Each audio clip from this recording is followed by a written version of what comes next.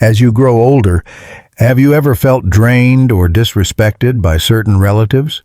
What if I told you that keeping distance from just a few types of people could bring you peace and happiness in your later years? Getting older isn't just about wisdom.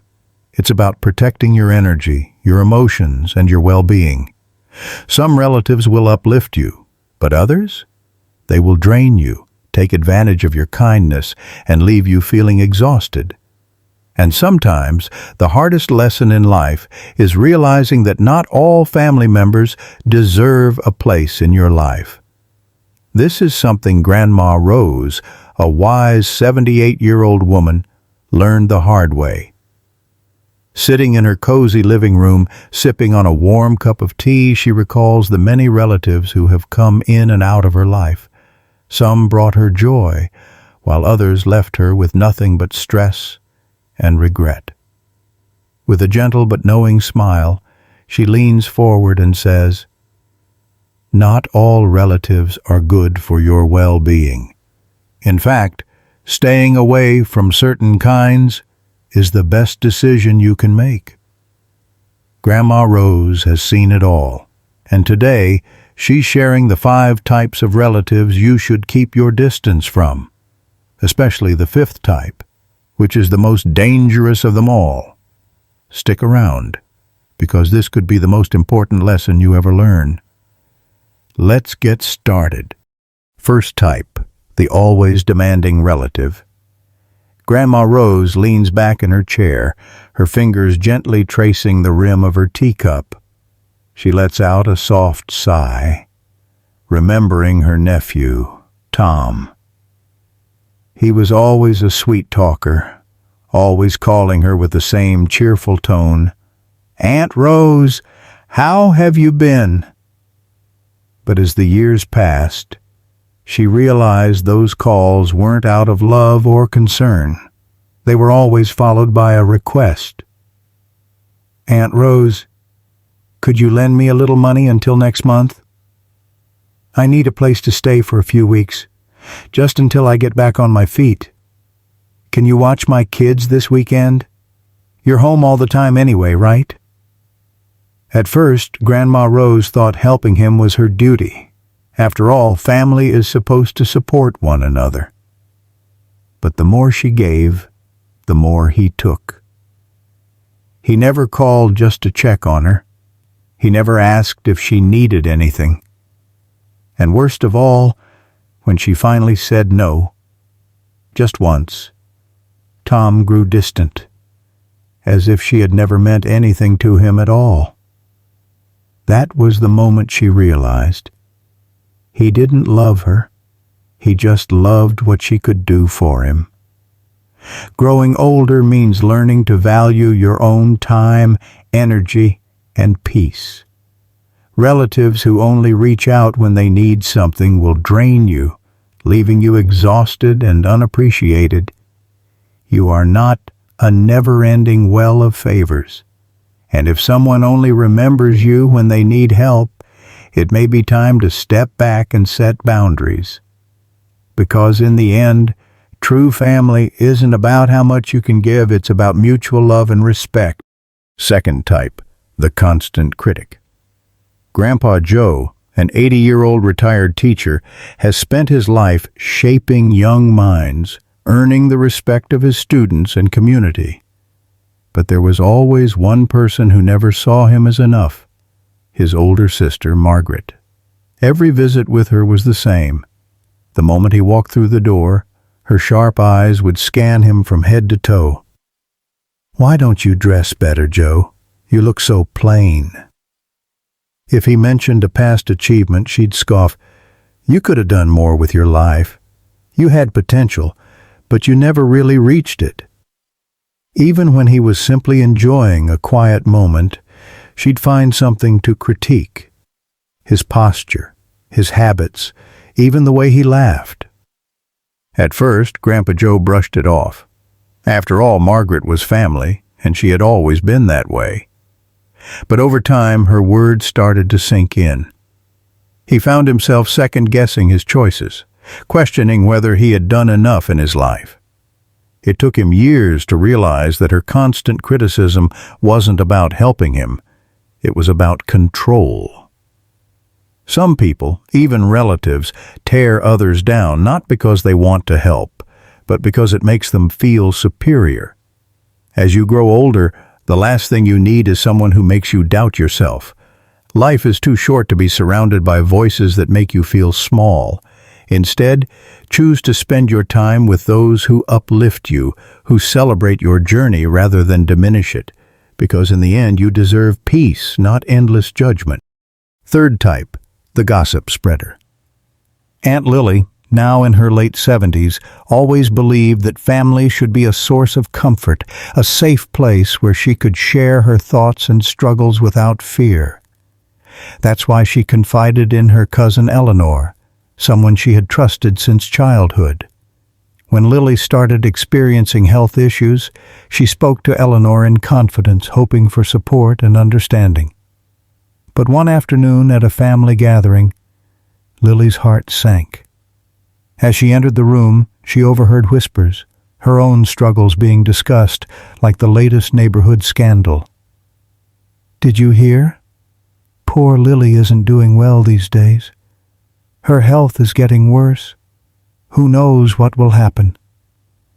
Eleanor was right in the middle of it, speaking as if Lily's private pain was entertainment for the family. In that moment, Lily realized the painful truth. Eleanor didn't care about her. She cared about having something interesting to talk about. Trust, once broken, is hard to rebuild. And from that day forward, Lily knew she had to be careful with her words. Some relatives thrive on spreading gossip, even at the expense of your dignity. They don't see your struggles as personal. They see them as fuel for conversation. But as you grow older, peace becomes more valuable than ever. You don't need the weight of betrayal on your shoulders. Protect your privacy, guard your heart, and distance yourself from those who turn your life into a topic for discussion. Fourth type, the fake well-wisher. Uncle George, a 75-year-old widower, always believed in the importance of family. After losing his wife, he leaned on his cousin Ben, thinking he had found a supportive shoulder. Whenever George had something good to share, whether it was reconnecting with an old friend, picking up a new hobby, or even just feeling healthier, Ben was always there to listen. But there was something off about his responses. "Oh, that's nice. But don't get too excited. Well, let's see how long that lasts. You're lucky, I guess. Not everyone has it so easy." At first, George brushed it off, thinking Ben was just being cautious. But over time, he noticed a pattern. Ben never truly celebrated his happiness. He never encouraged George to enjoy his life. Instead, his words always carried an undertone of doubt, as if he couldn't stand seeing George feeling good. That's when George realized Ben wasn't a supportive relative. He was just pretending. Some people stay close not because they care, but because they want to keep tabs on you. They don't celebrate your successes. They secretly resent them. As you age, you learn that true happiness is precious, and the people around you should lift you up, not drag you down. If someone constantly downplays your joy or makes you feel guilty for being happy, they don't deserve your presence. Life is too short to keep company with those who can't genuinely be happy for you. Fifth type, the manipulative relative, most dangerous. Grandma Rose had always believed that family was everything, and if there was one person she thought she could trust completely, it was her own son. She had raised him with love, sacrificed for him, and supported him through life's ups and downs. So, when he started suggesting that he help manage her finances, she didn't think twice. "Mom, let me take care of the paperwork. It's too much for you at this age," he'd say with a reassuring smile. At first, it seemed like a kind gesture, but little by little, things began to change. He convinced her to sign some legal documents, promising it was just to simplify things.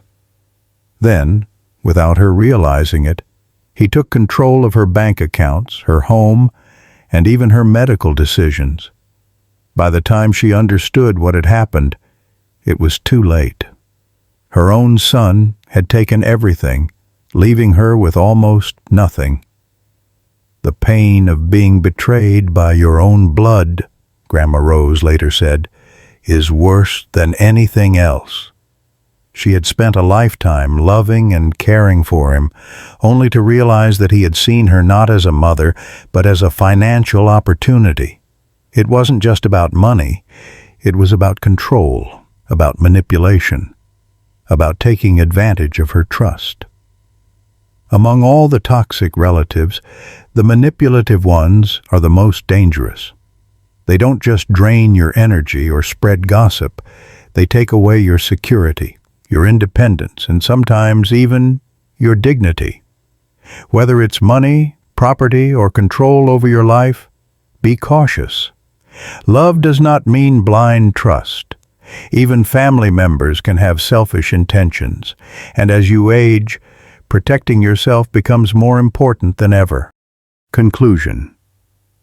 As you grow older, your peace and happiness should be a priority. Not all relatives bring love and support. Some drain your energy, break your trust, and take advantage of your kindness. Grandma Rose, Grandpa Joe, Aunt Lily, Uncle George. They all learned this lesson the hard way. But you don't have to. Protect yourself, set boundaries, and surround yourself with those who truly care. Now, I have a question for you.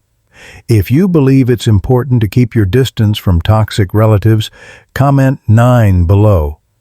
But if you think family should always stick together no matter what, comment 0. I'd love to hear your thoughts.